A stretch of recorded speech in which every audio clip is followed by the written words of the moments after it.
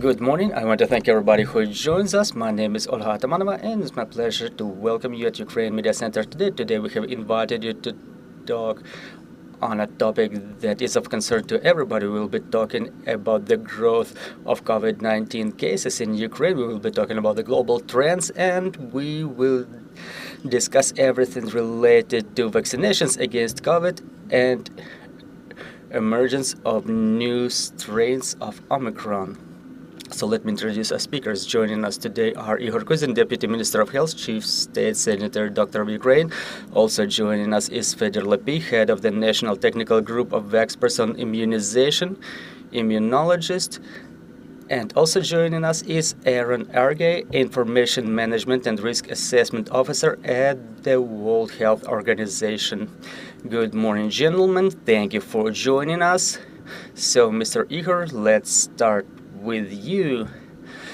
Let's talk about the situation in general, the rate of contraction of COVID-19. What is the dynamics? What are the challenges that you're observing, and the new strain or subvariant of Omicron that we keep hearing about lately? Good morning, everybody. Thank you for having me. Let me start with the fact that now we observe in European Union, in the United States of America, what we observe is the significant growth of COVID-19 cases. Many countries started reporting that the figures are quite significant, and the same situation is what we observe in Ukraine. If within July we had a little bit more than 11,000 cases, within those first days of August, or like say in June we were observing 2,000 cases, we see significant growth in July, which reached almost 12,000 cases. So it's a significant multifold growth rate. And fortunately, but the level of load on the hospital system, the hospitalization percentage is not that high, because we see that a little bit more than 2,500 people stay in the hospitals with COVID, which is quite normal for peak period.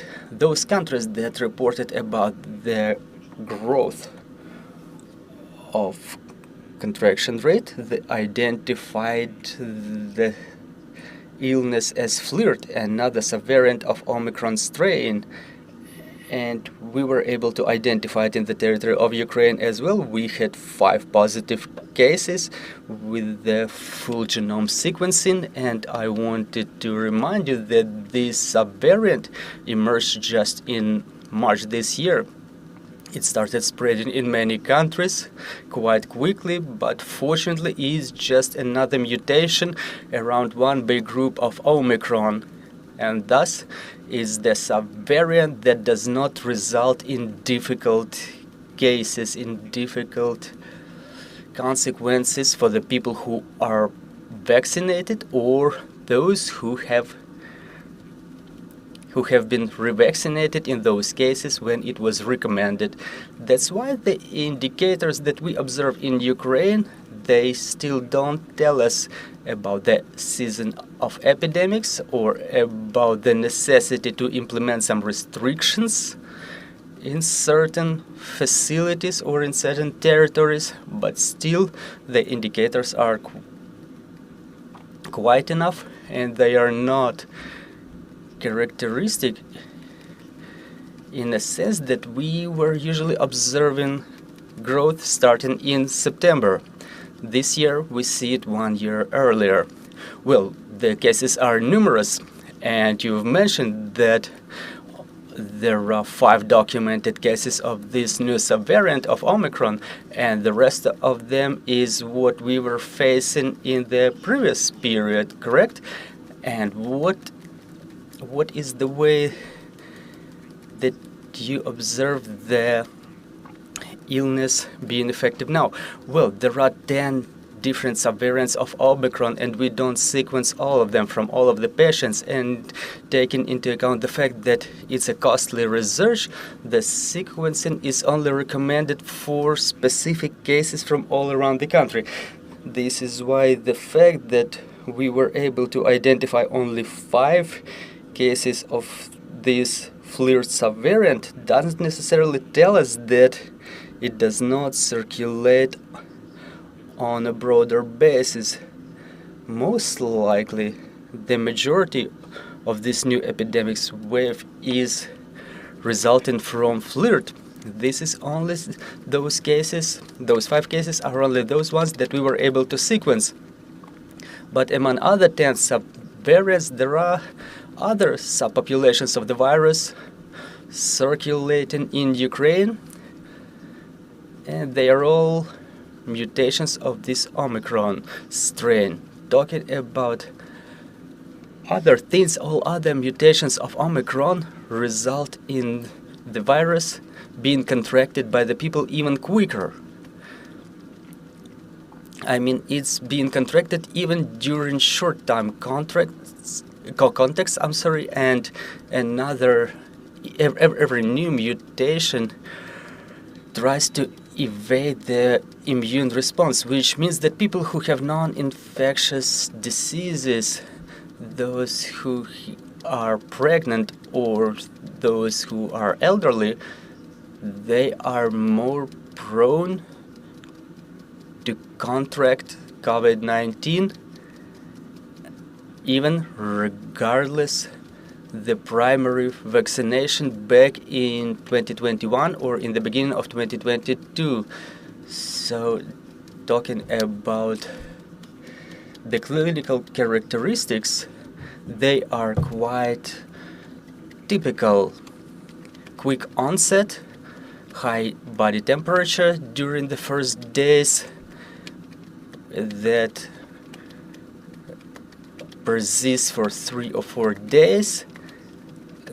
Then in the same way is the irritation of throat, coughing, and other symptoms that are very similar to regular COVID, just the one type that we're used to. Thank you very much, Mr. Ihor. We know that there was the new order issued by Ministry of Health regulating the vaccinations for population. Can you please tell us what are the updates? Let me cover it just briefly. Mr. Fedir may also give you some comments on that. The Ministry of Health received the recommendations from the National Technical Group on Immunization and respectively, in continuation of recommendations of the World Health Organization, the country updated its internal regulations related to vaccinations. The main logic of those changes is in facilitation of vaccination process. And now the people who are healthy, who don't have any additional diseases, are supposed to only get vaccinated once, which would be enough without any need of further revaccination. People who belong to the risk groups, they are supposed to undergo annual revaccination, and this revaccination will be done with only 1 dose, and among the risk groups there are pregnant women, the elderly, and the people who are sick with non-infectious diseases. Such people are subject to annual revaccination with 1 dose. So basically for the primary vaccination course it's 1 dose and 1 dose for revaccination.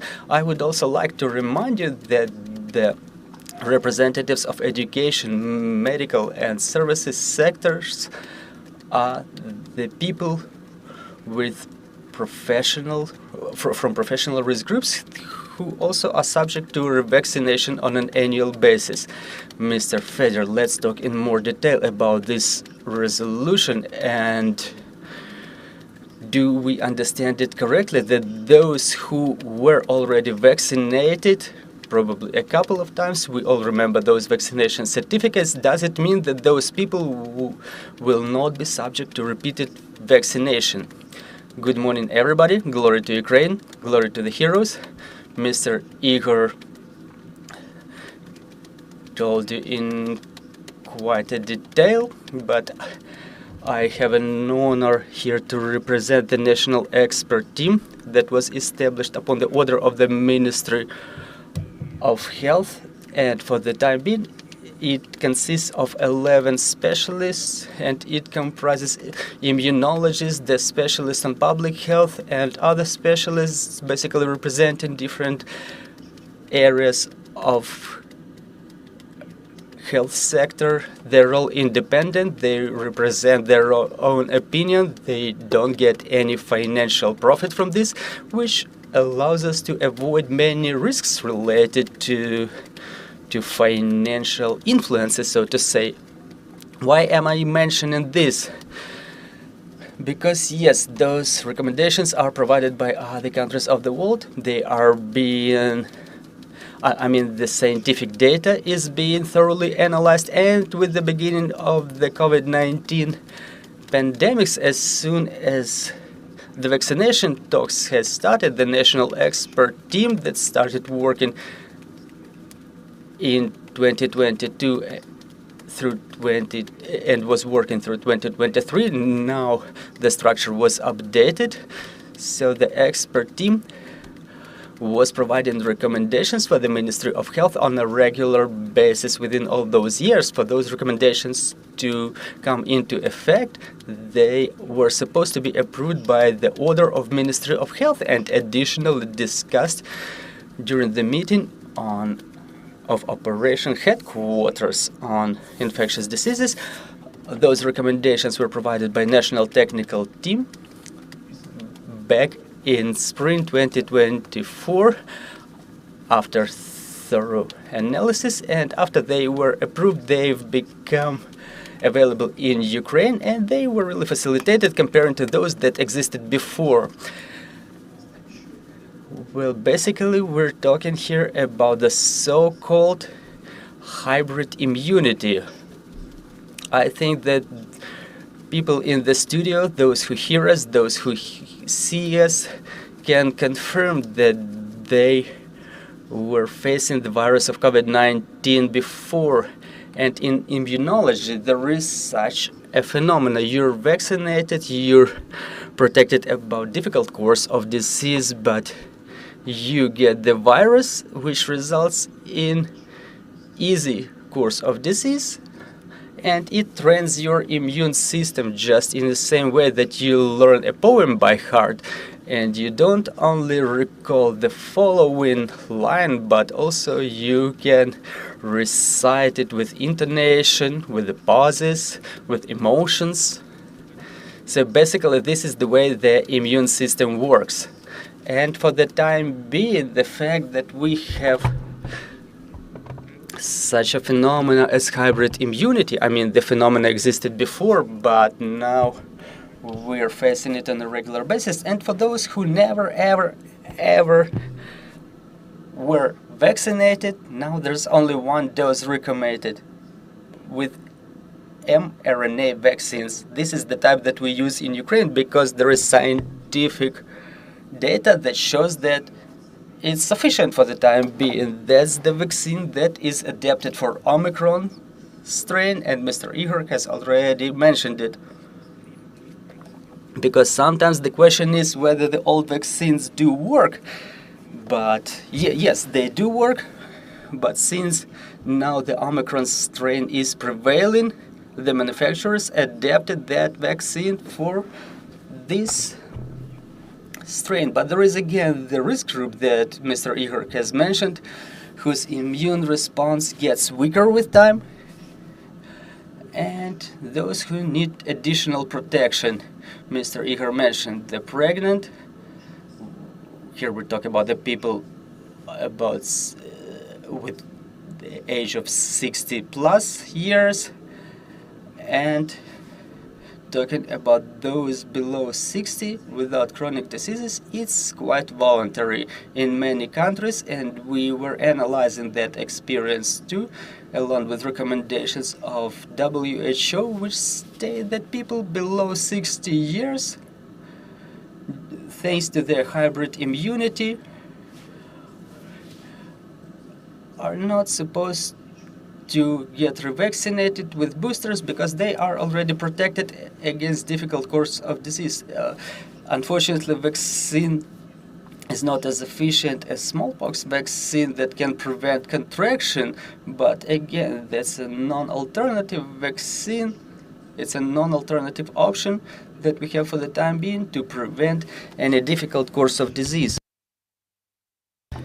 And when I'm being asked whether for fleet the course of disease is easier, we have to take into account the fact that many people were already vaccinated, and we recommend after contraction of COVID to get vaccinated. Once again, it's better for immune system. It trains the immune system better in order to protect yourself against the difficult course of disease. But still, we have many people in the risk group, people aged 60 plus, who require both vaccination and revaccination, and those recommendations for the time being, they are approved. Mr. Fedir, Mr. Ihor, I'm talking about the availability of vaccines in our country today. To what extent are they available? To what extent any people can get vaccinated? And is it still a free option? Well, yes, for the time being, we have more than 500,000 doses of Omicron-specific Pfizer vaccine that is used within probably last year in Ukraine without any other alternatives. It proved itself pretty good, and it's available at all of the vaccination points all across the country. Also, at the level of big vaccination centers, big hospitals, we have certain amounts of children's vaccines for vaccination of children aged 6 years plus. And again, I would like to remind everybody that for the parents who want to get their child vaccinated, we recommend first calling to the vaccination station and to double check whether the vaccines are available.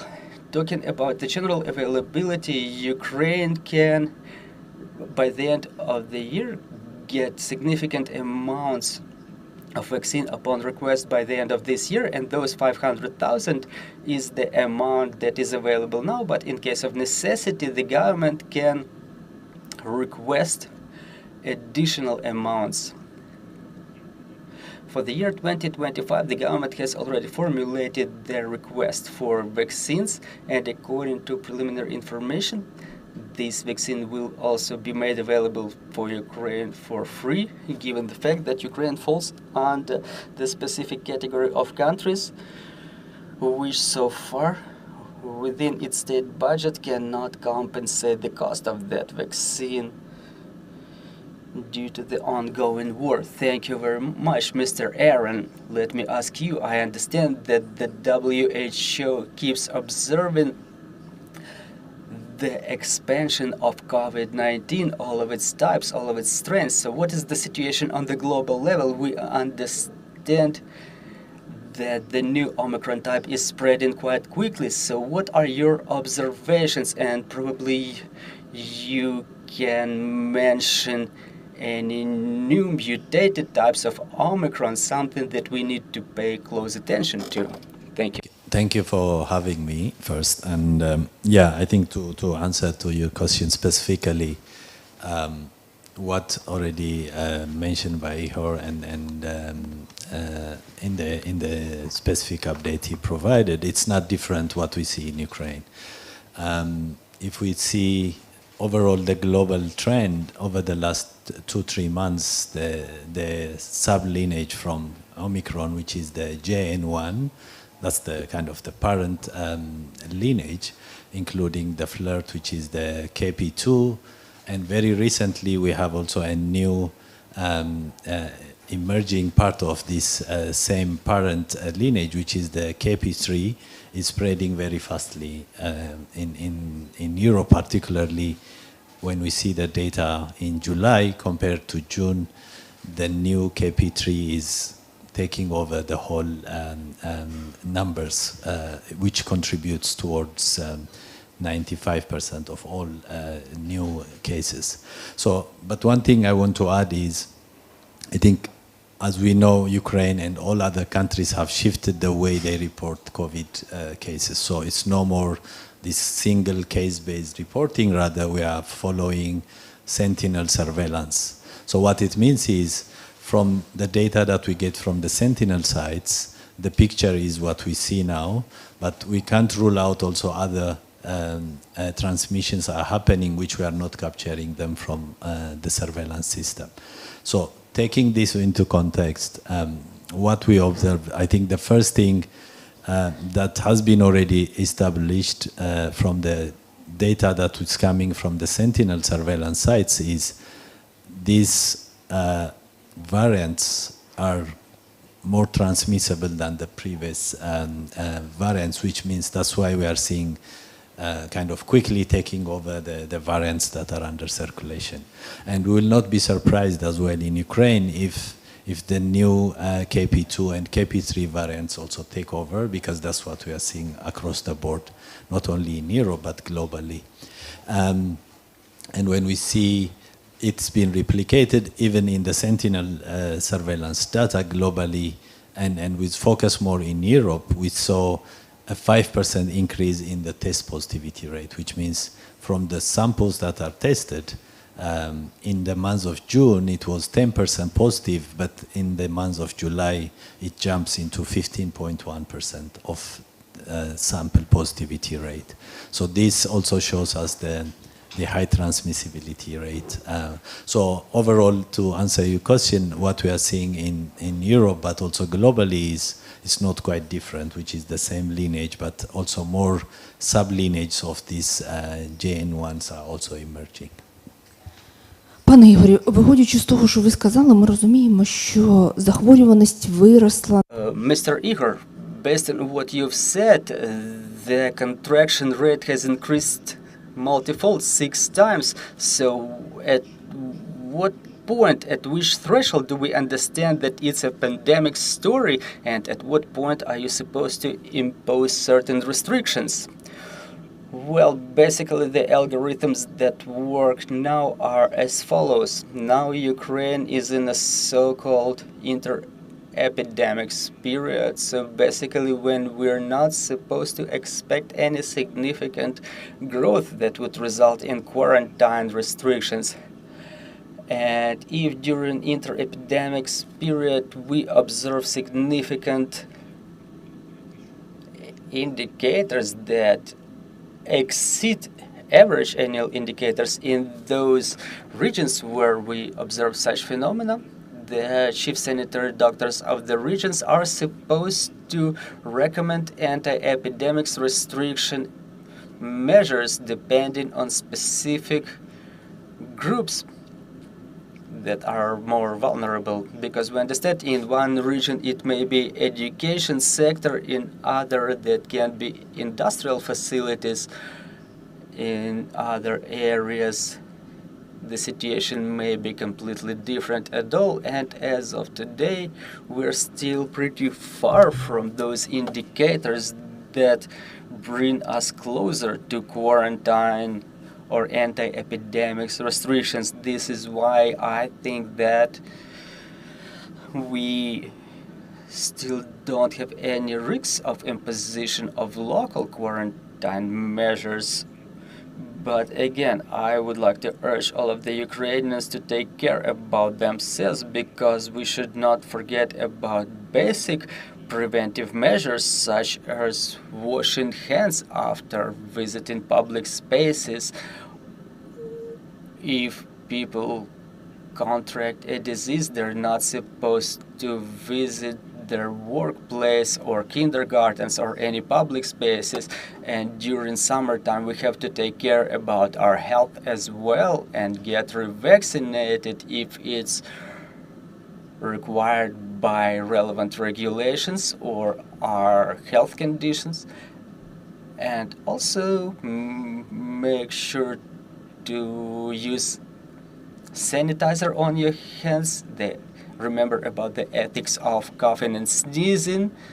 They are always necessary regardless of the Omicron stem that circulates in Ukraine.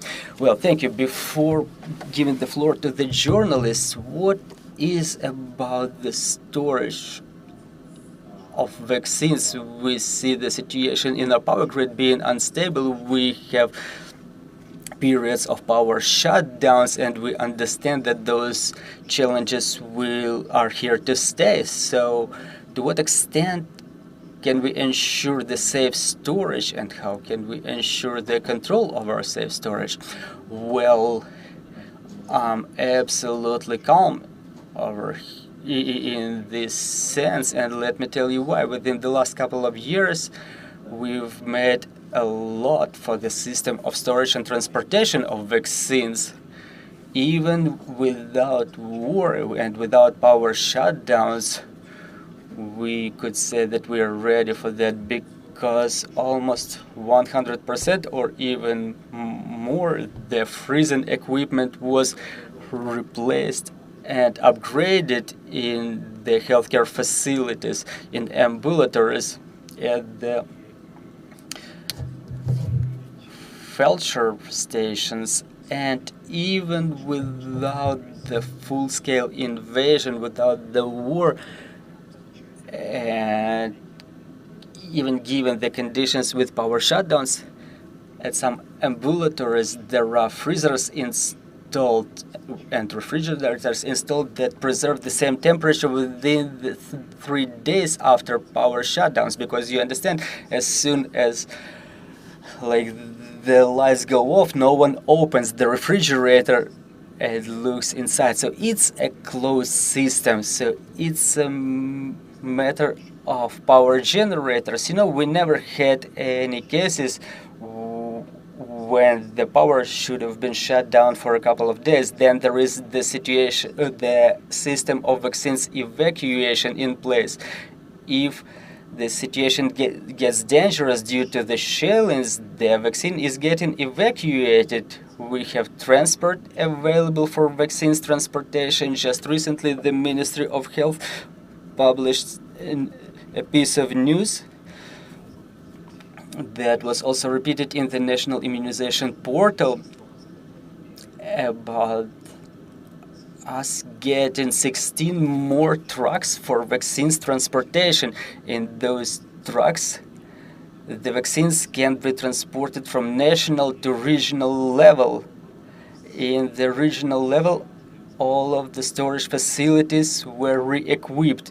The regional storage facilities, I'm not ashamed about those facilities. They're equipped with autonomous and backup electric power supply, and even during power shutdowns, you can rest assured that vaccines are stored properly there. And again, I was mentioning the ambulatories, and again, I would like to comfort you, even in a heat of 40 plus degrees, it can be hot outside, but not inside of the refrigerator. The vaccines are being stored in refrigerators.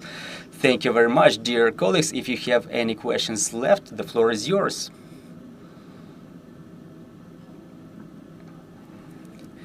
Good morning. I have a couple of short questions, and first of them is quite practical. If I want to find a vaccination station, recently there were vaccination interactive maps, and now they don't exist. How can Ukrainian find those vaccination stations promptly? And another question, talking about the state hospitals, state centers, or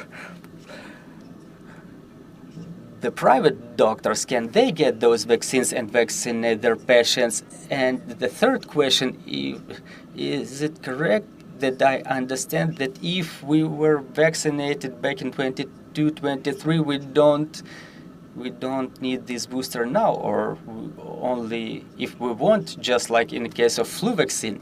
Well, talking about the first questions, where can you find the list of vaccination stations?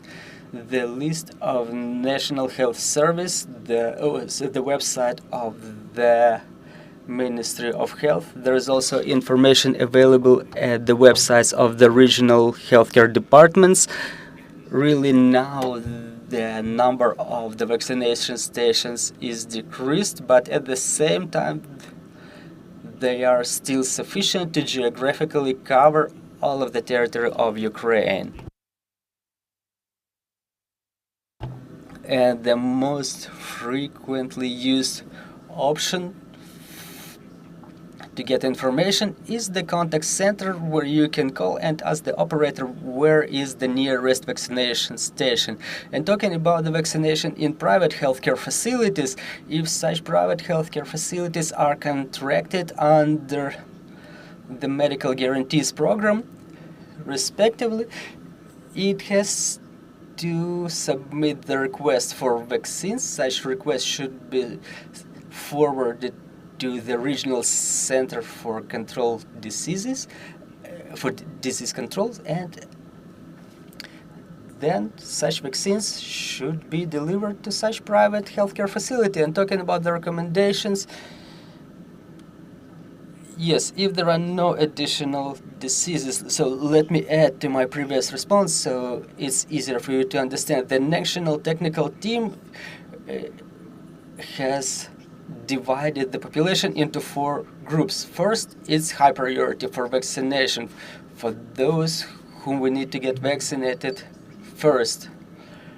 Those whom we strongly recommend to get vaccinated and revaccinated, so it's nothing complicated about it. The highest priority is people aged 60 plus, people aged 75 years plus, and people below 60 years with chronic diseases,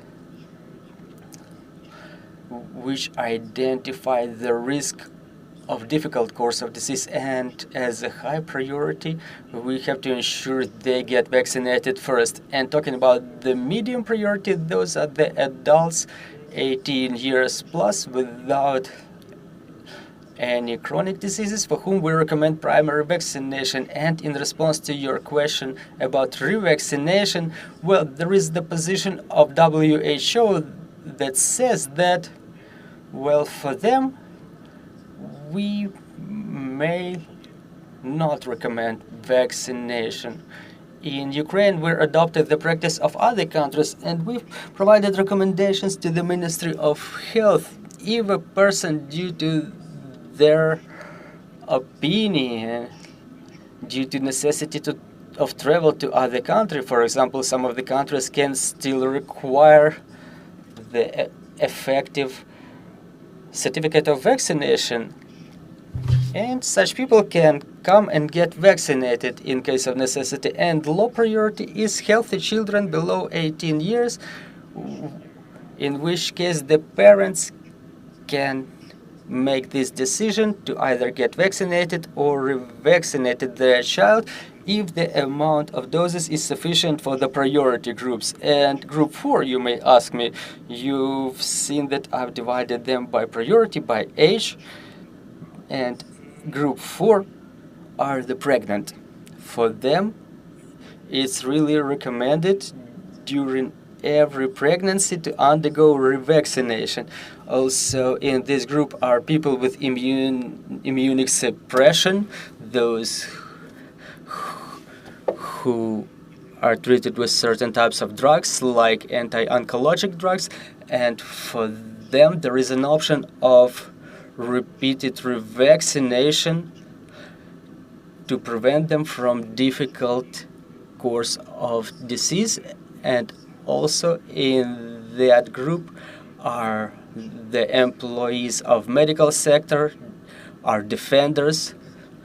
We understand that I don't have to explain why they should be staying in their battle duty, not on a sick leave, even when we talk about 3 days. So they are in that priority group who are supposed to be revaccinated or are recommended to be revaccinated. Mr. Aron? Add that I think this is a global, the SAGE, which is the Strategic Advisory Group for Experts for Immunization at the global level, plus the European tag, which is also similar to what Dr. Lapii has mentioned. Both have the same recommendation, which is the single dose for the general public, adult population, whereas the different priority groups should be having booster doses according to the recommendation. And we know that Ukraine's recommendation that's in place is in line with the global evidence. Чи є ще питання? Прошу. Do we have any more questions from the floor? Well, I'm having 2 questions. Well, one question resulted from the fact that you've mentioned the pregnant ones as a risk group, and since I'm a pregnant, I fall under this group. So I keep visiting hospital for the last half of the year, and none of the doctors asked me whether I'm vaccinated against COVID, and no one recommended me to get revaccinated. So I'm asking about the efficiency of communication between the Ministry of Health and the local healthcare stations. Well, if they don't watch this meeting, maybe they don't even find out about that.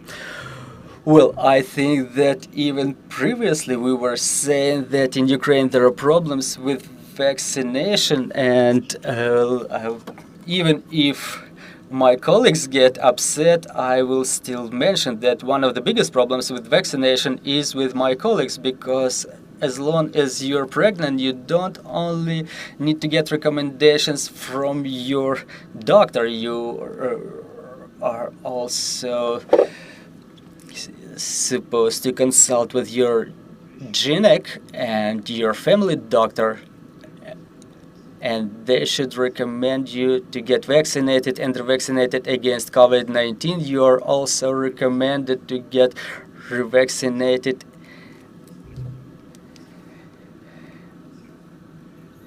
against tetanus. And talking about that vaccine, every single adult is supposed to get revaccinated once in 10 years. And it's really important from the point of view of protection of your child, because you are supposed to transfer the immunity to the child that you're about to bear. And in order to improve the communication, we have briefings like this in order to raise awareness. Lapii, on top of staying on duty, also travels to different regions for raising awareness. We've established and we're taking pride in functioning of the National Immunization Portal in Ukraine. Within the last year and a half, there is the dedicated window that says the vaccination of the pregnant ones, and we keep populating this portal with information for medics and non-medics, and we issue vaccination digest twice a month that contains different scientific novelties, statistics. And this evening there is a digest about to emerge. I've sent it to the designer the day before yesterday. The designer told it would be ready today, and it has hard questions and answers, and there are 3 questions related to vaccination of the pregnant. Well, we try to make sure our medical community is legit artists. Where can we get familiarized with the digest? Well, you can find it in the National Immunization Portal, and we have a lot of cooperation with the Center for Public Health of the Ministry of Health of Ukraine. They post links, so you don't necessarily have to follow my page. You have to sign up for the news from National Immunization Portal, and on a weekly basis you will get the updates, probably something interesting for you, and thus you may keep track of what's going on in Ukraine and in the world in terms of vaccination. Thank you very much. And here I'm having another question. I think that this communication is still not quite efficient. I mean, the communication with my doctors. You mentioned the number of people who contracted the disease. Can you name the number of people who got voluntarily vaccinated in Ukraine starting from the beginning of summer? So it was a little bit more than 2,500 within the last month, and it's the lowest indicator probably during the summer month and since the beginning of the year, because what we keep observing is if in March, in May, even in June, the level of vaccination is still at 8 to 10,000, so pretty good indicators. In June and August, unfortunately, they are the most serene month for the population, and the number of people who get vaccinated is the lowest. So basically we were able to document a little bit more than 2,000. We have more questions, please. I apologize, I wanted to double check. The statistics demonstrated the new wave in July, and now we're in August. Can we forecast that this wave is about to grow in August, or is it going to subside? So what is the trend? The forecast is that we are about to observe growth in August, and it will continue through September. In September, I would like to remind you once again, it's going to be the epidemic season for flu and respiratory diseases, and we are about to start seeing the circulation of other respiratory viruses in September and October, and they naturally restrict the circulation of COVID, because it never happens so that 3 or 4 or 5 different respiratory viruses circulate at the same time. So most likely the leap of the wave will be observed within August and September, and according to the forecast, it should not exceed the indicators of inter-epidemic periods, so it should not result in any anti-epidemics restrictions. I have another question, not about coronavirus. There was recently an information popping up about the medics being frightened with a deadly strain of pox, and WHO was about to gather a commission to identify whether it's not a threat of a global pandemic. So are there any news about that, and to what extent is it related to Ukraine? Well, in fact, I think that now that we're waging a war, we are supposed to view any risks as significant risks, and here we're really talking about the growth of monkeypox rates that is documented in some countries. Well, talking about monkeypox, we had a number of cases in Ukraine, and in the same way, thanks to the support of European Union, we had the most up-to-date vaccine that was used for the risk groups, like the employees of the medical sector and men of like homosexual men, but in the places where we used to observe that risks, we don't document any new cases, so the risk is evaluated as low for Ukraine. Fortunately, we had no growth of rates of this type of disease. We have more questions from the floor. Oksana Mikhailova, ICTV. Can you please tell us, was it correct that I've heard that there were 12,000 cases and 2,500 cases of hospitalization. Yeah, that was within the last month only. So those 2,500 of hospitalizations out of 12,000 cases, it's a small percentage. Yes, it's a small percentage, because we really see that hospitalization in the majority of cases is for the people who have any additional diseases.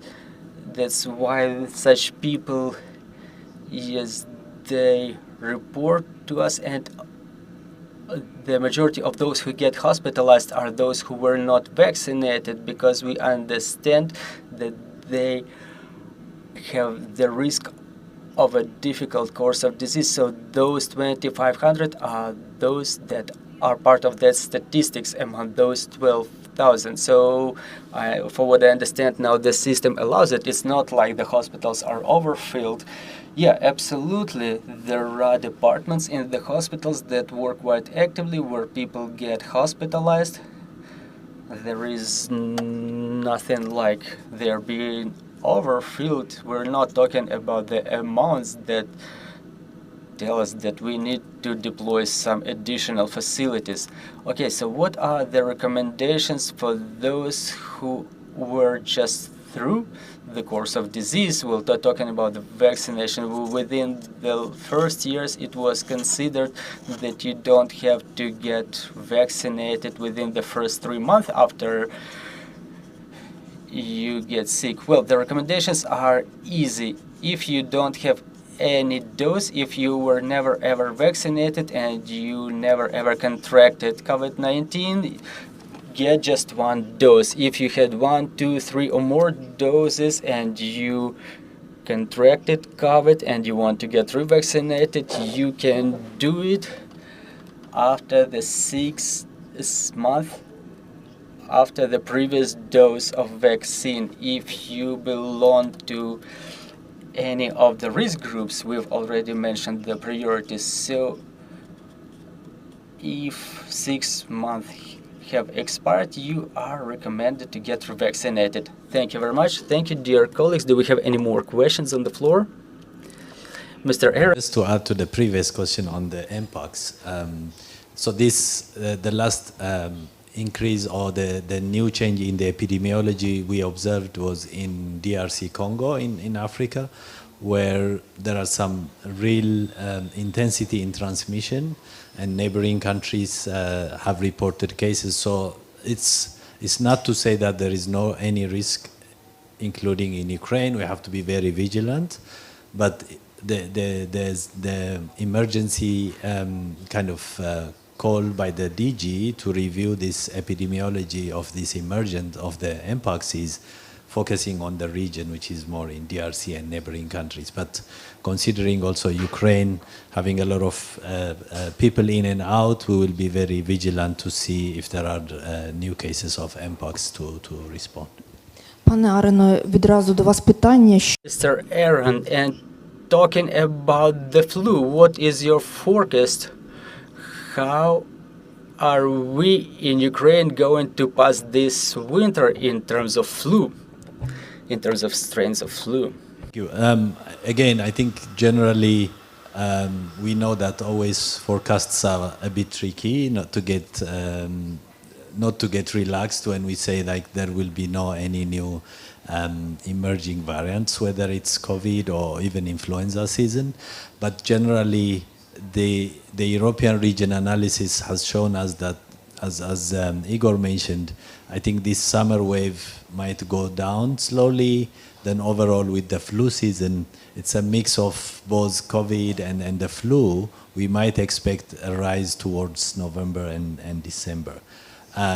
But I think the new regulation that has been already approved by the ministry of having more access to the vaccine, we believe that it's a very good step in the right direction to make vaccines available, whether it's through pharmacies and through other delivery points. Then that will give us more access to prevention when we have cases. So we expect that there will be a wave, particularly COVID in the winter. But I think with all the measures in place and the awareness, we believe that we will be managing it. Я хочу подякувати вам. Ви бачите, питань дуже. Well, thank you very much. You see, there's a lot of questions. Ukrainians are really concerned and interested. Thank you very much for joining us. And I would like to thank our security and defense forces, thanks to whom we have an opportunity to hold events like this. Let's continue working together for our victory. Glory to Ukraine.